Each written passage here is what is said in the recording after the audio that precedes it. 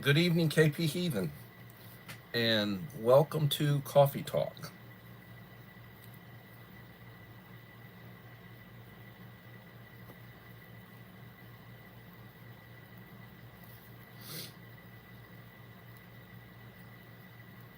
Hello, Uncle Al.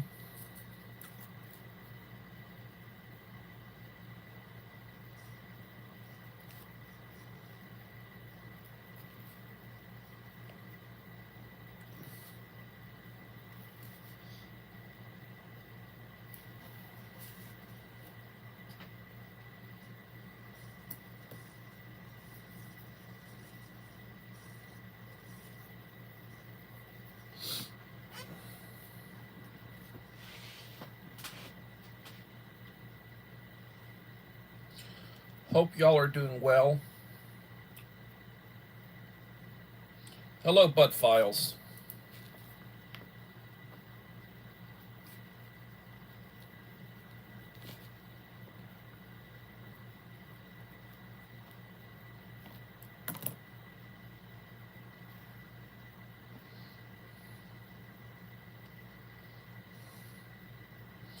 Please leave a like to support the channel, it'd be greatly appreciated.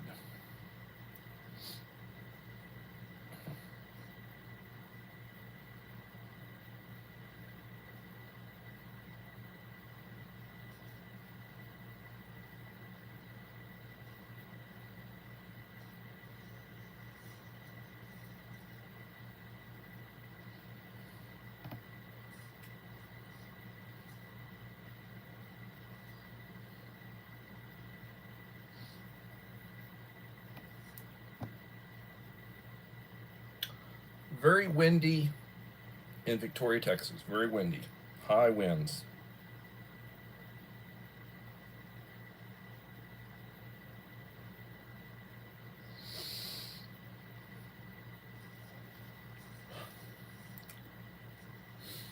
Doing a lot of sleeping a day.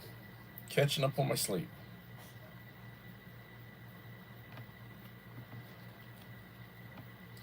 They say when you get older, you don't need as much sleep, but you need more rest. So I've been trying to do both.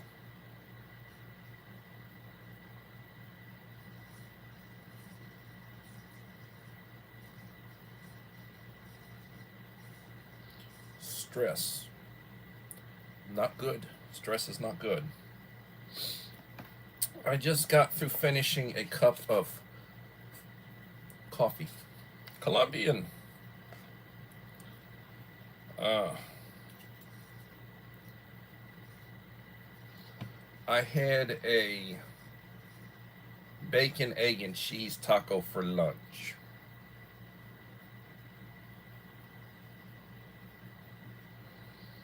My wife made French toast for breakfast.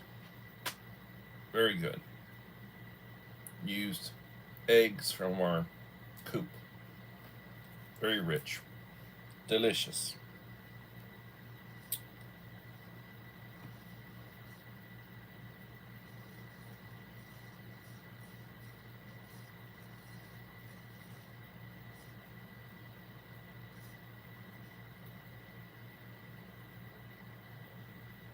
Took a good shower.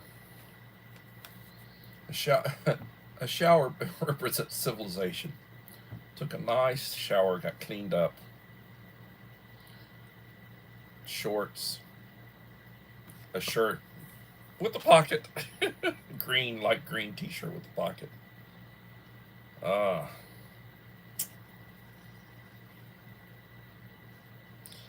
Idaho Garden Girl, thank you for coming. And thank you for like number 4.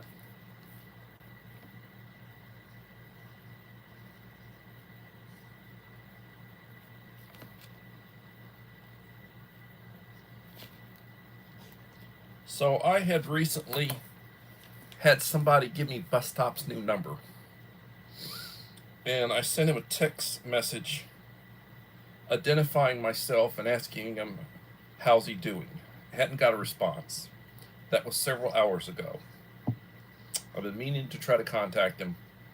and I don't know what what his circumstances are, but no response.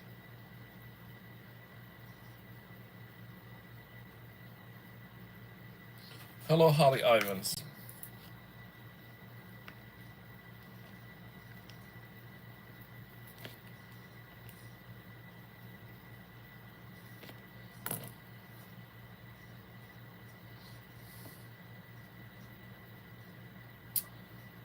5 in the house, 6 likes.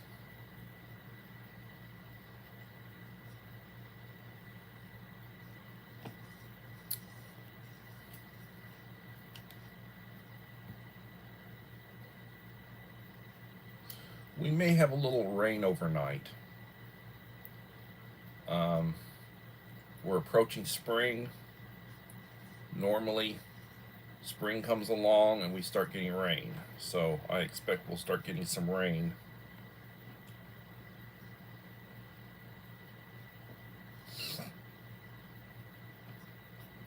Melinda Elliott. Hello, Melinda.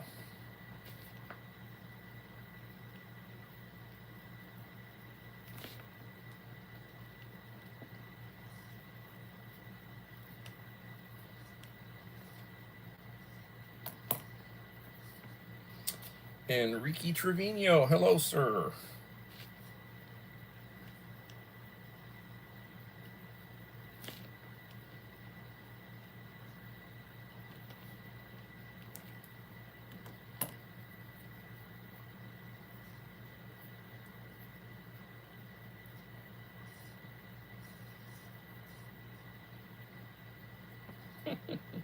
I knew you'd be asking that. I'm going to go with what Uncle Al had provided yesterday. He contacted me again today, sent me some text messages upgrading the topic for this evening.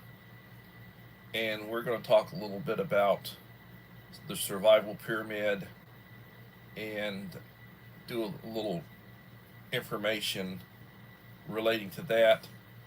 I've been told not to do anything considered fear porn, so I will try to avoid, to the best of my abilities, saying anything that will make you fearful. It's like, please, like common sense going to make me fearful, but I'm going to try to be a good boy. I thought I would want to earn my warnings that people get on my content. I'm dangerous. I'm one of those horrible Walmart shoppers.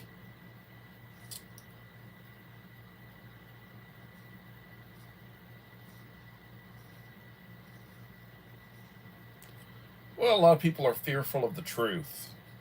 What's that line Jack Nicholson said? You can't handle the truth. A lot of people can't handle the truth.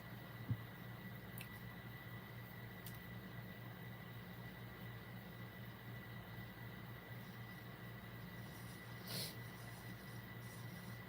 was trying to wait for a few more people to get into the stream before I got into the topic. I did not do Dave's box today. I have everything for it. I did not do the mail call. I got a couple of, these are from Myra, buying space. I will hopefully do it tomorrow. Both of those. I'll try to get them prepped up tomorrow.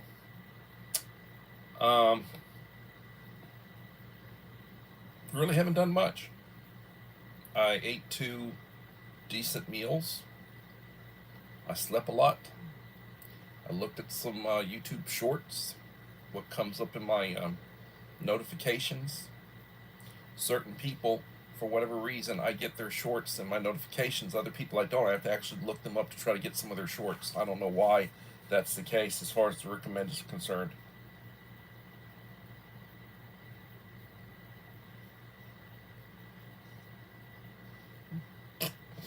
Well, that would be good. We had that happen. One of our dogs did that. on the bed. My wife lets them up on our bed.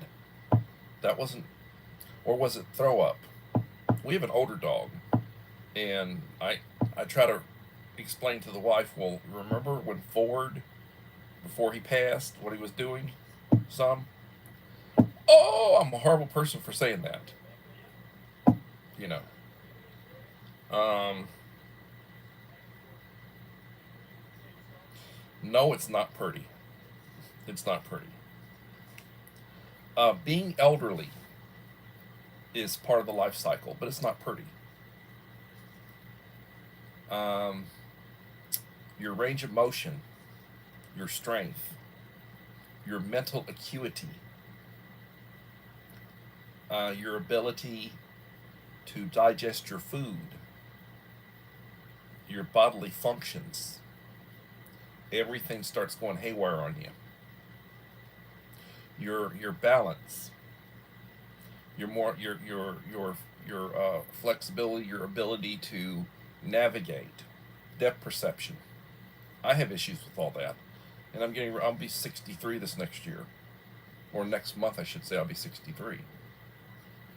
Um, for my education, I'm mentally slowing down. I mean, people wouldn't think I have the degrees that I have. I'm not stupid. I don't sound stupid. At least I hope I don't. But as far as my ability to call up information that I used to have on the tip of my tongue, that's slowing down. Part of the aging process. Yep, it does. And yes, I do. I put up with a lot. Hello, Little Lone Prepper. My mantra is, I don't want to go to jail. And Uncle Al, don't be chiding me on that, because I've heard you talk about doing stuff to people. So don't hold that over my head.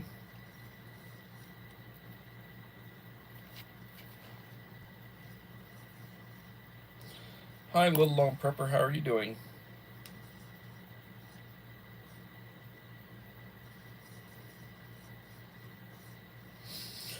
All right, I'm going to start, excuse my yawn, talking about the survival pyramid.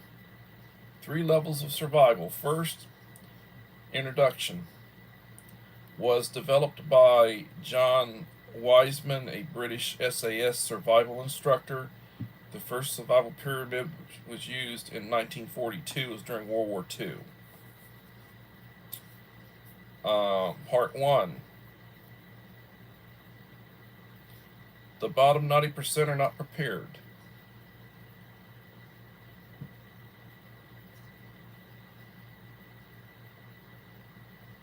They have the will to survive, but mentally, they will die on the side of the road holding a smartphone.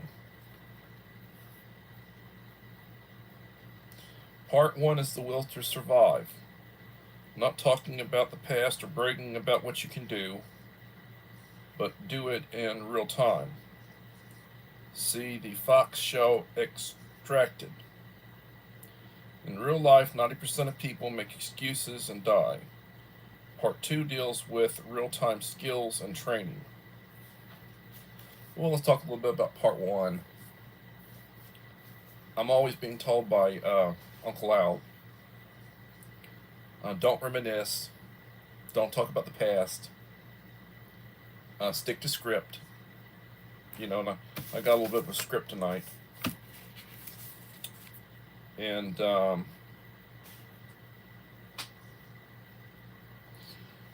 you exercise to develop your body. You build muscles. In martial arts, boxing, you develop muscle memory. You train to develop muscle memory, the use of a weapon, the ability to throw. If you look at basketball or football, they go to practice baseball They practice. Pitchers practice their throws. Basketball players practice their shooting. They do this to develop the touch. They don't have to worry about the wind inside in an arena. So it's like having the touch. When I was younger, and I never played any college basketball, or I was never professional at anything other than education. But I could go around the 3-point line with the basketball, and I'd probably hit 9 of 10 shots just going around the free throw line and just dropping it in because I had the touch because I used to do that. I used to play that. I shoot baskets. We'd play horse or punk or pony or whatever.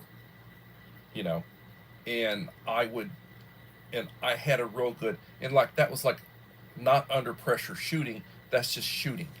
Nobody's trying to block you.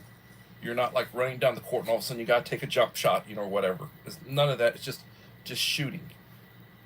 And at one point I was really good at it. You think I could shoot a 3-pointer today? I might throw 10 shots and I might make one. Whereas before I'd probably make 9 out of 10. Today, I might make 1 shot out of 10 from the 3-point line, maybe. I haven't done it in 20 years or more. There's no muscle memory there. Same thing with martial arts. I used to be into martial arts. And the idea is that you practice forms in multi-step combinations and such over and over and over and over, so that in a real life situation you don't even think about it, you just do it. Like blocking, block and counter, where you practice doing that. And that's part of your survival training.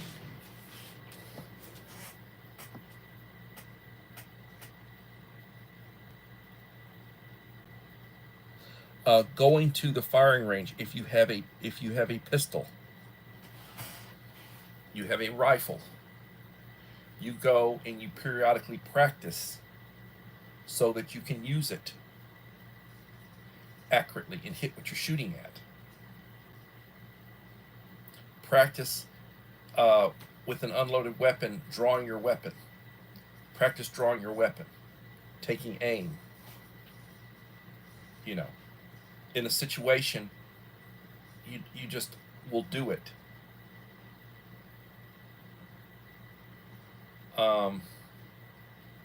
That's basically developing muscle memory, something that's very important. Being in shape, walking, jogging, running. I never run, and I don't jog, but I walk. And I could walk for miles without stopping. But if I sped up, but as long as I was just walking at just a walk pace, I can walk for half a day without stopping probably. Now, can I do that now? I hadn't done it in a while. Yeah, I walk all over the place. But I used to walk miles. I don't do that. But that's something that you need to do. I mean, look at this here. This has expanded. It's like the Russian frontier, it keeps expanding. I need to get this under control. And I don't eat that much. I ate 3 times as much when I was younger as I do now. My wife out-eats me. But it's like, you've got to get that under control. Yes, making a campfire. Being able to safely make a campfire. So that it doesn't get out of control. Remembering that when you move on, you better make sure it's completely out. Very important.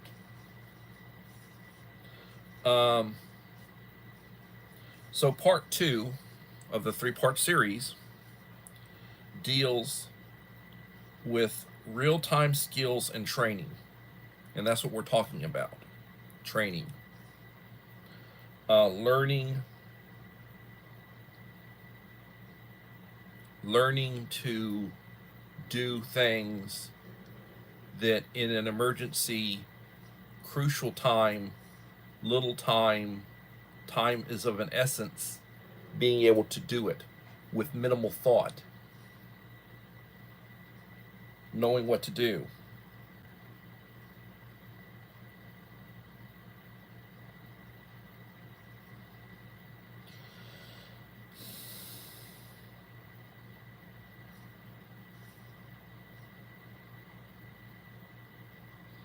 Scout, yes, the scouts. I was a scout. I was a Weeblo scout, and I was a Boy Scout for a period of time. My father passed away, and I did not continue, so I never did get, I was what I guess you'd call a tenderfoot. Uh,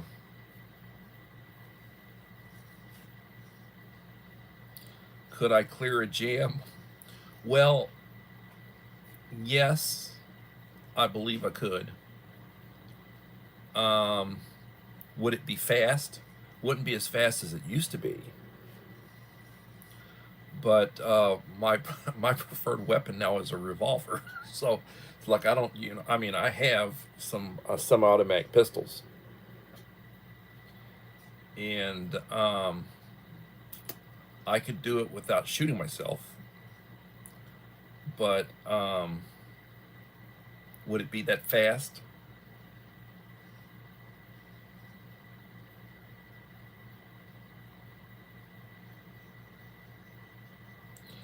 Um, 1 in 10 tend to be left-handed. 1 in 10 tend to be left-handed.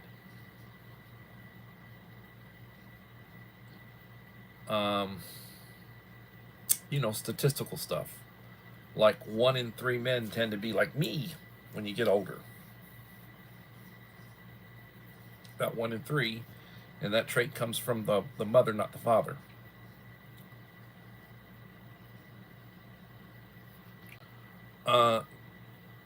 The only the only issue I have with left-handed is one, a lot of stuff is not intended or made for left-handed people, and you have to be able to adapt to it. They're not like making stuff because like 90% of the people are right-handed. Writing when you're left-handed, you have to be very careful. You smear your paper when you're writing, because instead of you're on the right where your ink is in front of you, on the left in your writing, your hand follows the written scribble. So you gotta be very careful so you don't smear. That's a detriment. That's a detriment.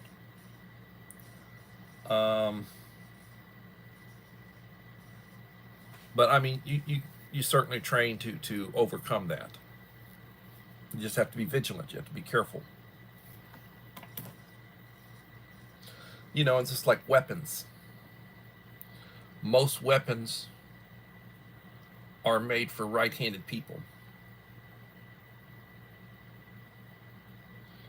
And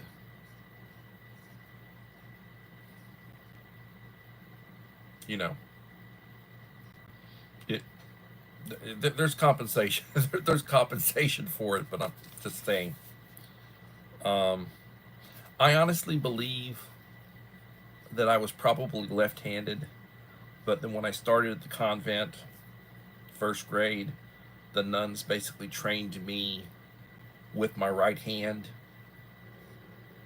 So I basically overcame being left-handed. So I sort of consider myself ambidextrous because I can write very messily with my left hand.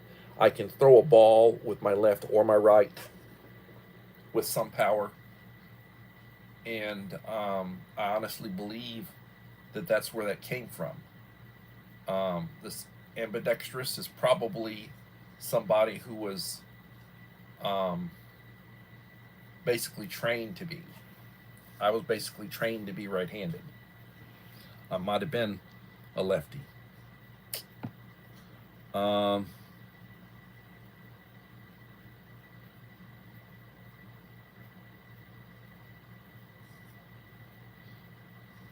Yeah.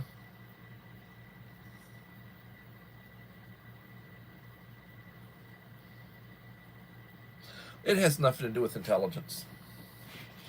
Um, that has nothing to do with intelligence. The fact that you're left-handed or right-handed. I'm glad that your mother was very bright. I'm sure you inherited your intelligence from your parents. You know, your mother. Uh, a part of it's nurture. So it's, do you have somebody intelligent training, mentoring you, teaching you to develop your mental acuity? It's part of it. Part of it is physical, but part of it is, you know, part of it's your genes, your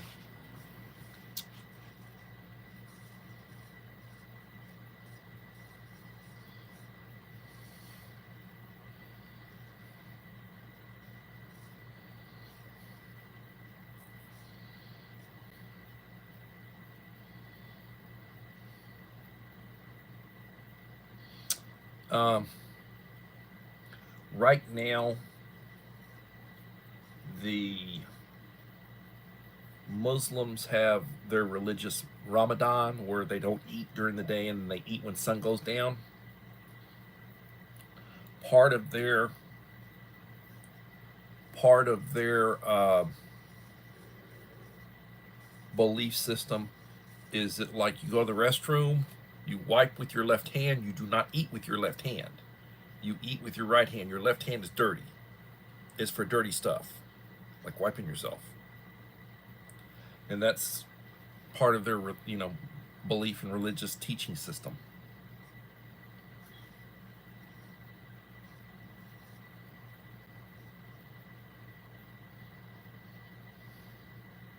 Well, right brain tends to be more creative. Left brain tends to be more intellectual. That's where the right brain tends to be where your talent's at. What are you talented at? Your creative gifts. Kayla Boo. Hello, Kayla.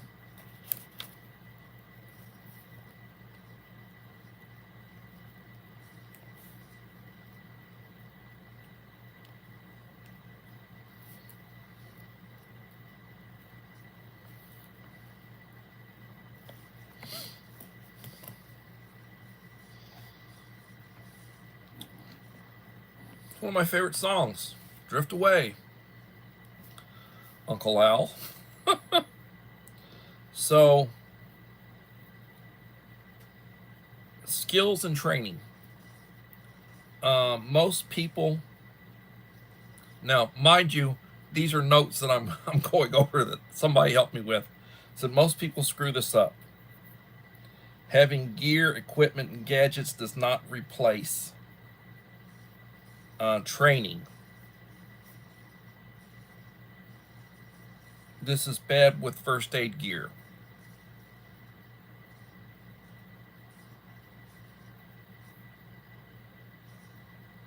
Stitch kits, staple gear, and tourniquets don't carry it. You don't have the skills to use it. If you don't know how to use something, don't do it. Don't get yourself a situation where you do more harm than good.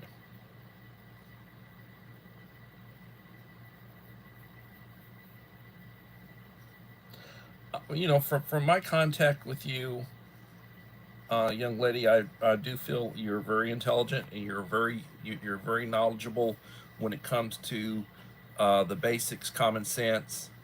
You got a very good head on your shoulders, and having a southern drawl or a country accent does not have anything to do with your intellect.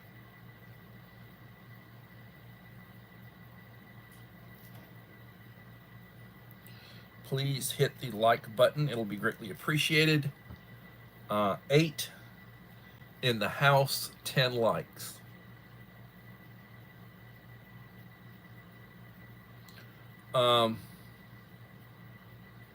You can certainly die from bad first aid treatment.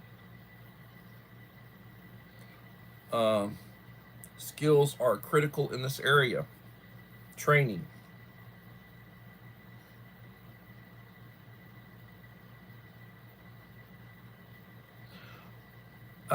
The Texas accent, that redneck Texas accent, that's the piney woods of northeast Texas. The piney woods of northeast Texas. I don't sound that way. At least I hope I don't. My father had that accent, but he's from Georgia. People from Georgia and people from the piney woods of northeast Texas have the same accent. Some of the things that they say, the words that they use. Um,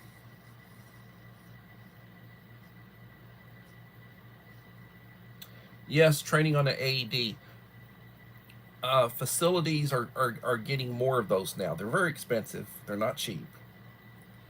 And like schools, oftentimes they'll have one in the school gym. They'll have one near the nurse's office. If you got a multi-story building, they may have one upstairs in addition to the first floor. Um, and you need to know how to use it. And the directions are there. When you pull the thing out, it's got the directions in big print. What to do, how to do it. Yes, get a mentor.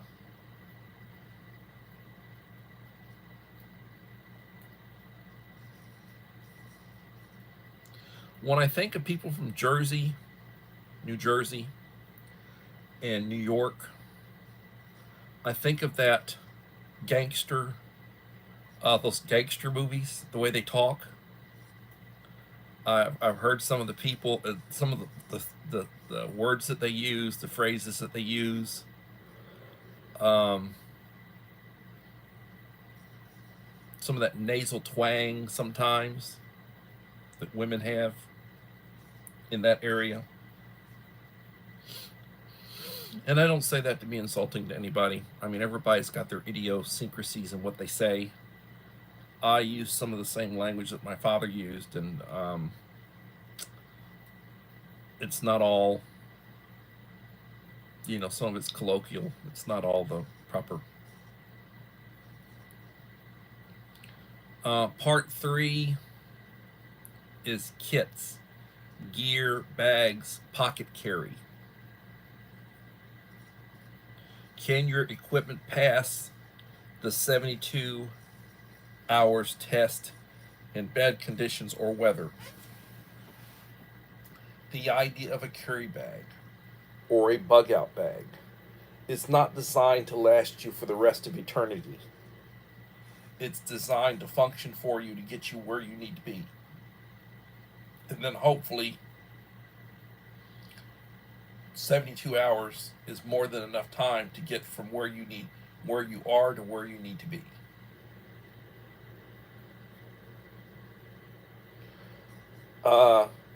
If you can travel 20 miles a day walking, let's say you can walk 20 miles a day, that would be 3 days travel of 60 miles. Now that's not in a straight line, but what I'm saying is that'll get you quite a ways. If you got a place out in the country and you got to hoof it on foot, or you got to hoof it back into the city from the country, um,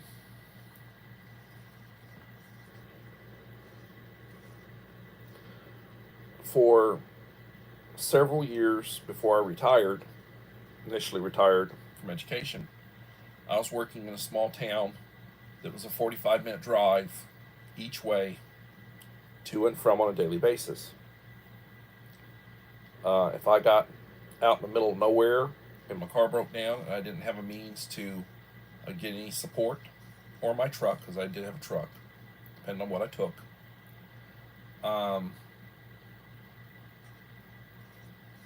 would I be able to either spend the night where I needed to take care of myself with what I needed to take care of myself to stay warm to have food, medication.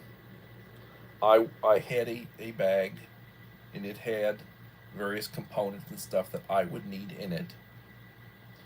And no, I would not have been comfortable, but I would have got by. And it wasn't so heavy that I couldn't carry it if I had to hoof it out. And likewise, I normally would carry a pistol on me.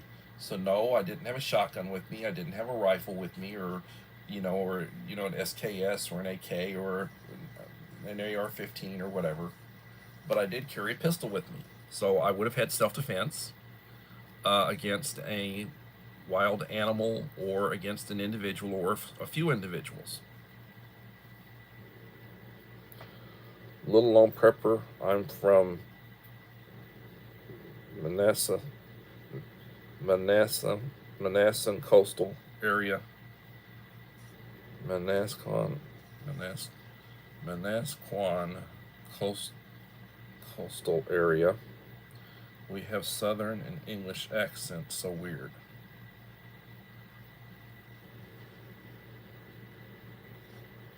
Well, the other thing about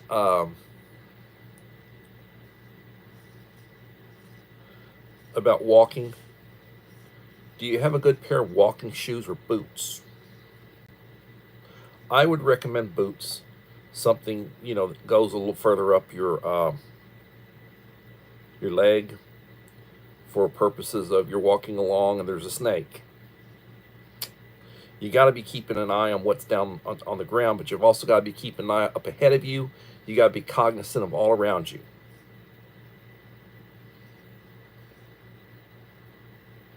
Clam diggers.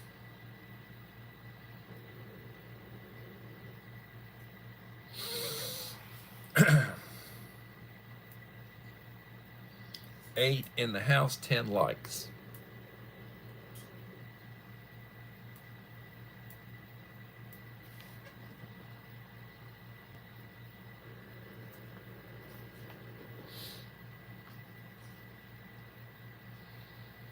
I have a very nice Smith & Wesson revolver that belonged to my mother. I used to take her to the firing range and we'd shoot periodically. I had a membership to a firing range, and I would go once or twice a week, go shoot a box of bullets. Well, I had multiple weapons that I would shoot with the semi-automatic 9mm. I was also was the Smith & Wesson, and then I would also shoot with my revolver. And then my mother's had a revolver. My father had a Colt with a 4-inch barrel, and my mother had a Smith & Wesson with a 3-inch barrel. And my father was old school. He had an old school revolver. My mother's was a Lady Smith, satin stainless steel with cherry wood grip, beautiful gun, and have a couple speed loaders for it. My mother wasn't able to use a speed loader, but the idea is she kept it on her nightstand, and in an emergency she could basically pull it and she could defend herself. Would she reload? That'd be a slow process for her. Whereas, I have it, and I've got a couple of speed loaders, for it. And yes, I do know how to use a speed loader.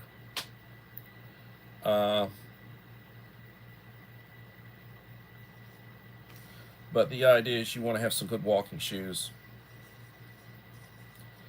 Women like to wear high heels, and they look good in them. It makes their leg more shapely. But you need to have some good, walking shoes. You need to have some good, boots, something comfortable. And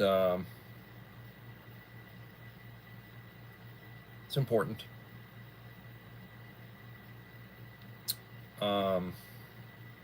Don't leave home without them.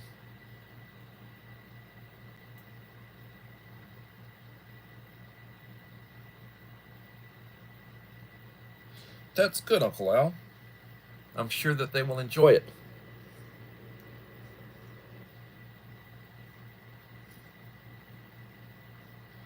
Uh, Uncle Al was doing a series. Uncle Al was doing a series of shorts and videos with machetes. He was like machetes. Um, I would not want to have to come up against somebody with a machete. I damn sure wouldn't. And I would not take a knife to a gunfight. I'm old. If I was going to have to defend myself, I would either want a stick, something that would resemble a club, or I want a pistol. I would not want, or my shotgun. I would not want to be trying to use a knife. We used to train with knives, one in each hand, knives. And I used to like throwing knives.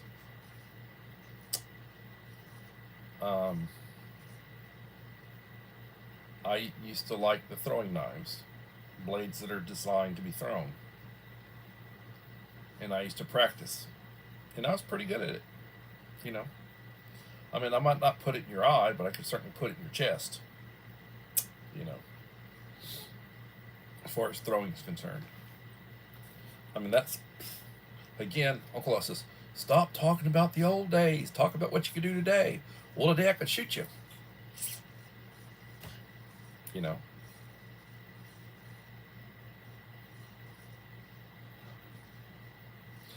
I miss living at the Jersey Shore.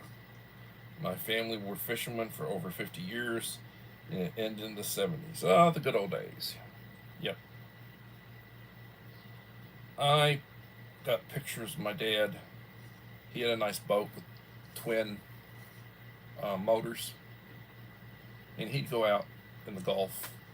He'd go out in the bay, and he'd go out in the Gulf, do deep sea fishing. Oh, he'd bring in stringers. He could stretch a couple stringers across the driveway. A pretty good sized fish. Be out fishing. Boy, I felt bad, because we'd go fishing sometimes, and we'd have 8 or 10 fish when I was a kid, and then he'd come home, and then he and my mom would be in the kitchen cleaning fish. I'd go to bed, and they'd be out there cleaning fish. That's not my idea of fun. Cleaning fish. Something you need to know how to do. Knowing how to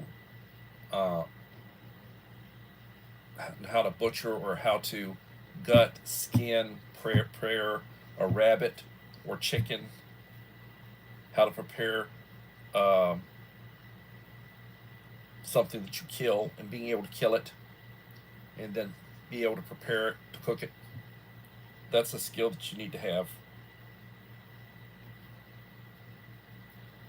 Uncle Al would talk about that. My wife, I could tell you stories about her. She can do it. She can do it. And chickens do run around with their heads cut off. The body keeps moving for a while.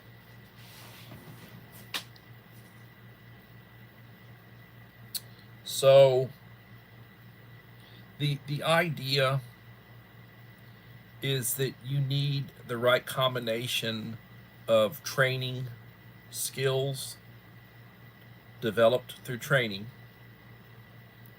the right equipment that you can actually use, that you will actually use, and being in shape.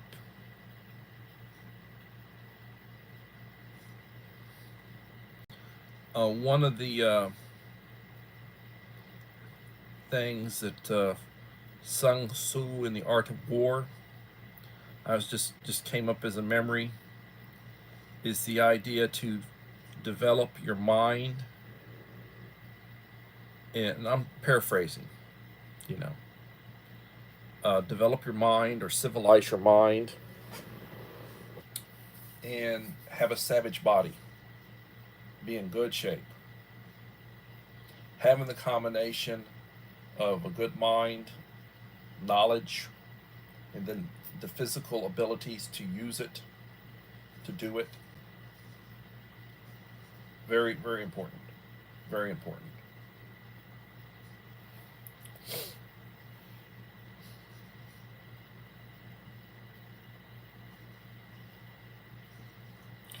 Yeah, MacGyver and his MacGyver and his knife. Hello, Lady M. Thank you for coming.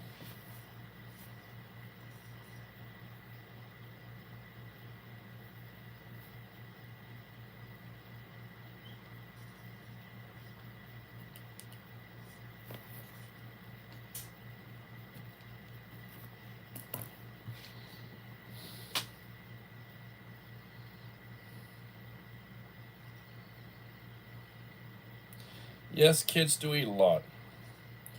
When I was a kid, I ate 3 times as much as I eat today. I I really literally would eat 3 times as much as I do today.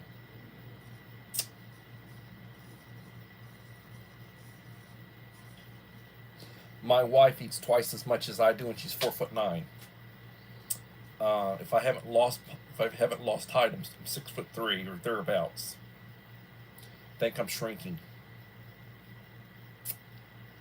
At least that's my story. Say I'm shrinking. I don't like to do things that I used to do regularly without any problems. I don't like climbing. I don't like doing the stairs at school. I take the elevator. If I take the stairs, I'm moving very slow. I'm holding onto the rail. I don't want to have an accident and be injured where I can't do stuff. I can't support myself. I don't want to hurt myself. I'm very careful.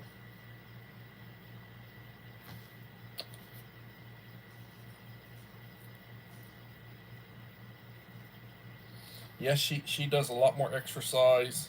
She's into martial arts. She's training. She's a brown belt, and she keeps having issues happen that prevent her from testing for black belt. It seems like her health issues flare up, when she's in the process of trying to get to where she can test, and then she doesn't test. You know, and they've offered to give her an honorary black belt, but if she took an honorary black belt, she could not continue going beyond that, and she thinks she wants to be able to go beyond first degree black belt.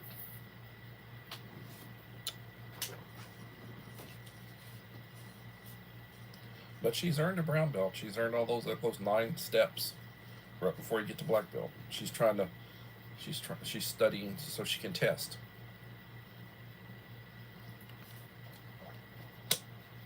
She works and teaches the younger kids, the lower belts and everything. Drink water.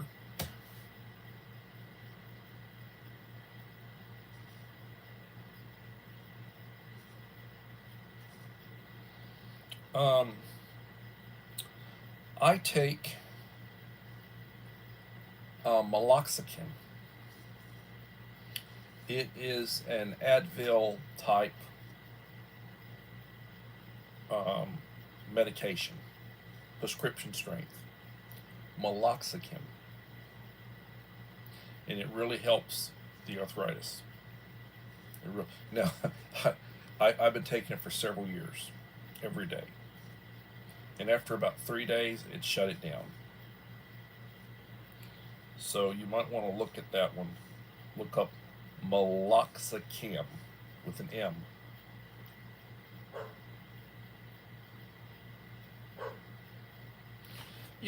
And like the idea of getting a mentor. In education, I had a mentor when I was younger. I had somebody older and more experienced. And they mentored me in a lot of things.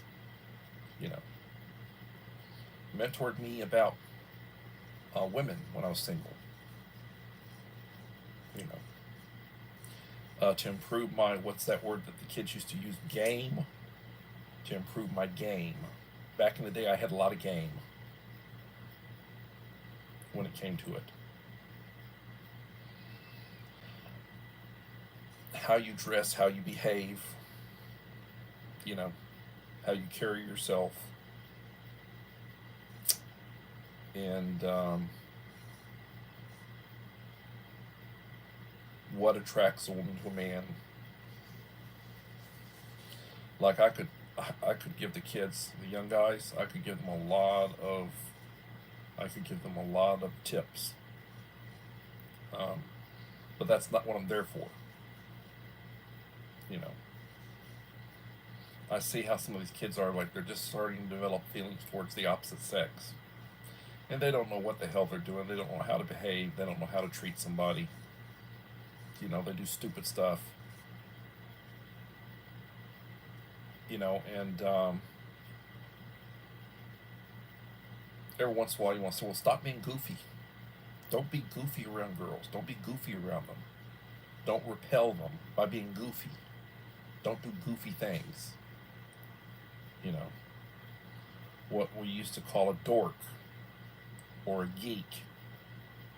You know, when I was young, we used to refer to people as a dork or a geek back in the 70s.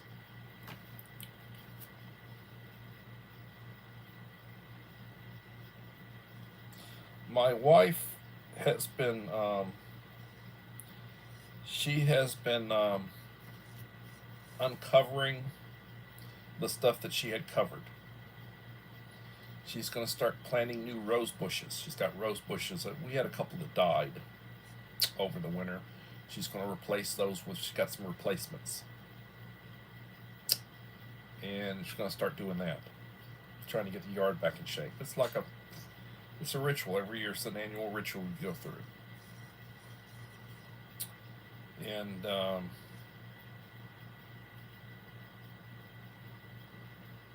you know, like getting ready and, you know, walk in the yard so you can, you know, mow it. Make sure you get all the limbs. Like we've got big trees and they're constantly shedding limbs and little limbs and such. You got to go walk and pick them up. And, you know, you got to check to make sure nothing's going to disrupt your mower or damage your mower, you know.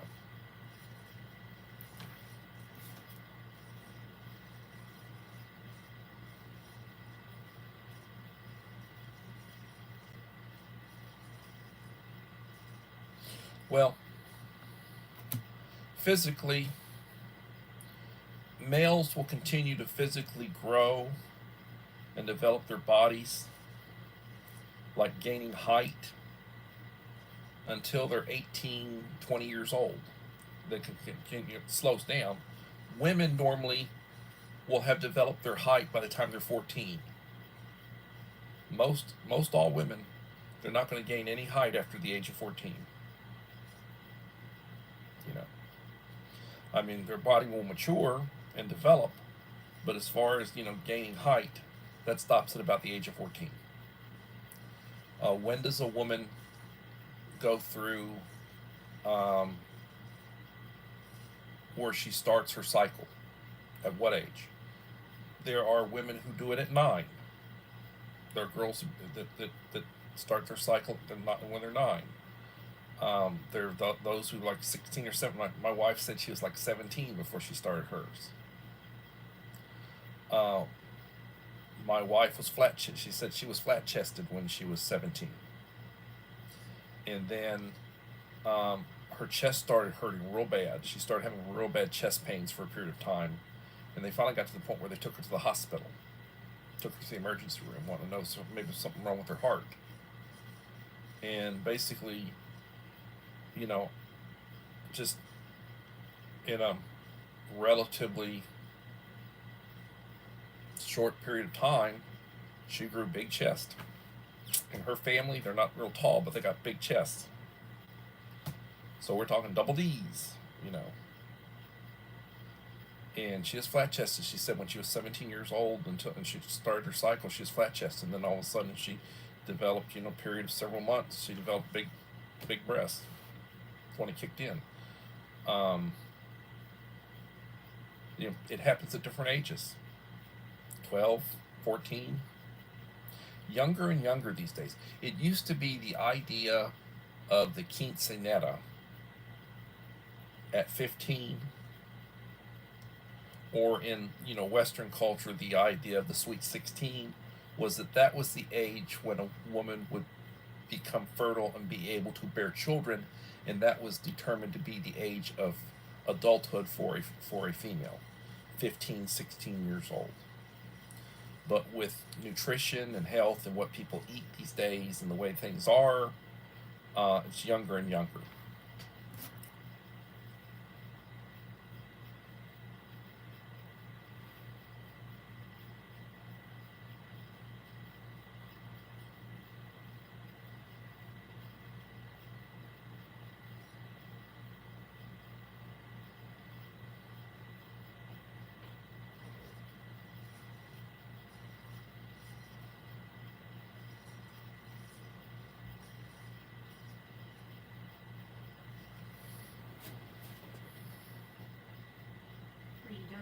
No.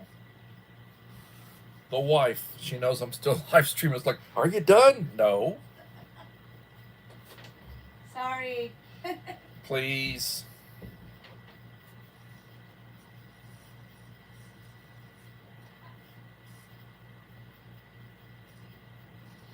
Yep, the kids eat a lot and they'll have a lot of soda. That's true.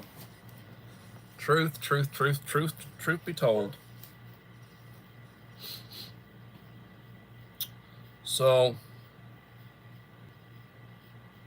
the chick goes from hatchling to table in about 9 to 12 weeks. Well, different brands of chickens, different kinds of chickens.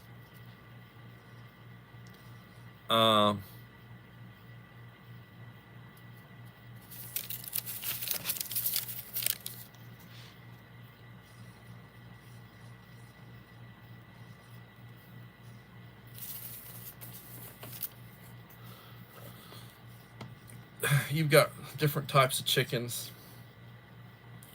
Rhode Island Reds, Barred Rocks, Black Sex Link, Buff Orpington. I don't think the wife, she's writing down these types of, I don't think the wife spells very well. Maybe I'm mispronouncing it. Chickens are chickens, That's just like we got some of these. I'd never seen them before. They call them Transylvania chickens, Turkins. They look like they got turkey necks, and they're like bald necks. They don't have any bald neck chickens. Ugly things, but they produce nice eggs. I mean, we're starting to get eggs from these chickens. They're like going on 6 months old, and they're starting to produce smaller eggs that are getting bigger. And they should get to full size, regular size eggs.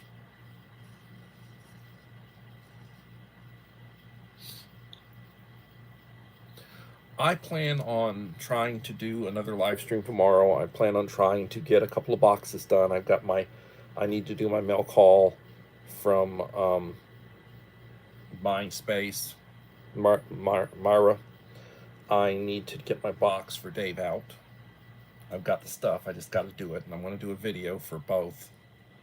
I apologize that I didn't get them done today. Did a lot of sleeping today. As a matter of fact, when I turn off here, I'm probably going to go to bed. It's important to remember to be prepared. The Scout motto is be prepared. Try to prepare for emergencies. Try to have some supplies. Supply of water and food, canned food or freeze-dried food, and be ability to heat water. Medication, a supply of your medication if you take medication, hygiene products and such, means of self-defense. You need to have all that. And I appreciate you guys for coming in. Remember to leave a like and a supportive comment on each of my videos. You never know when I'll hit 1900, when I do, I'll be having another subscriber giveaway. So, everybody, be blessed, and we'll hopefully see you back tomorrow for another edition of Coffee Talk. Thank you, and bye-bye.